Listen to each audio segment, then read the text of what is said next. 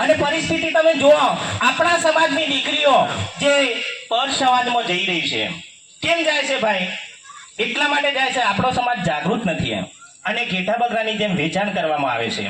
અને એ છોકરી ક્યાં અપાય છે, કયા ગામમાં છે, કોના ઘરે છે, શું કરે છે, એ આપણને કોઈને ખબર નથી એમ. આ પરિસ્થિતિ છે. આપણે સગાઈ આવે ને આપણા વાળા, એટલે પૂછે કે ભાઈ તાર કુવો છે કે નહીં, ભણેલો છે કે નહીં, જમીન છે કે નહીં, આપણામાં તો બધું પૂછીએ એમ. તો પછી 12 છોકરીએ જઈને કોણ પૂછવા જાય છે એમ? કોઈ જાય છે ખરું?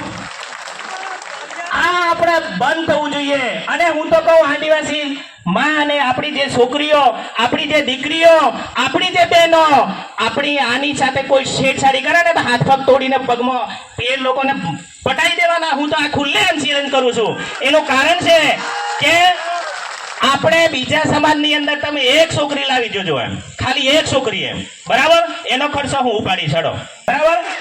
કોઈ પણ છોકરી તમને આપશે નહીં એમ. અને આપણા સમાજની અંદરથી જે છોકરીઓ હોય એ છોકરીઓ એ ધીરે ધીરે બહાર પલાયન થવા માંડી છે. અને છોકરીઓ પણ કેવી છે, આપણા સમાજમાં અહીં 12 છોકરી જાય છે ને, જે છોકરીઓ આપણે છોકરીને ફેરે છે, ઘણી વખત હું કહું છું, એ છોકરી શું કરે છે?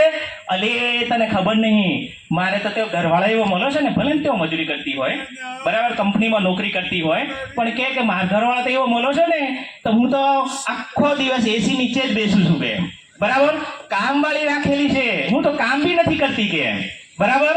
અને તને ખબર નહીં કે આપણે તો કે આપણે જે સમાજવાળા લોકો હોય તો દારૂ પીને હેરાન કરે છે, એના કરતા તું હેડ મારી જોડે, હું તને સારું સગું કરાવું. આવી પ્રેરવાનું કામ પણ આપણી છોકરીઓ બીજા સમાજોમાં જાય કરી રહી છે એમ.